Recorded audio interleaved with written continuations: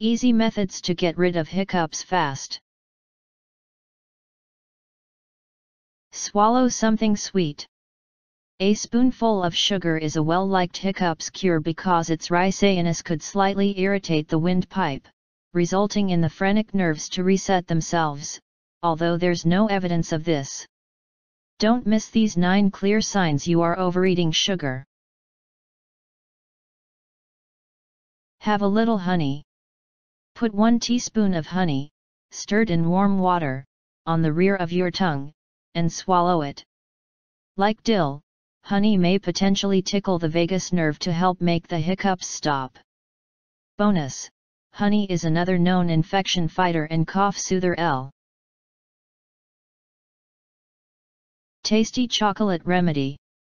The entire process of how to get rid of hiccups will get a bit more difficult with this particular method.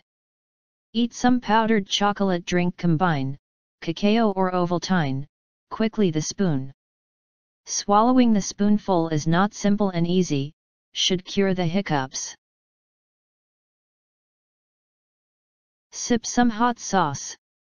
This most likely is guaranteed as heat and burn are distracting enough to show your own body's concentrate on the burn, rather from the hiccup process.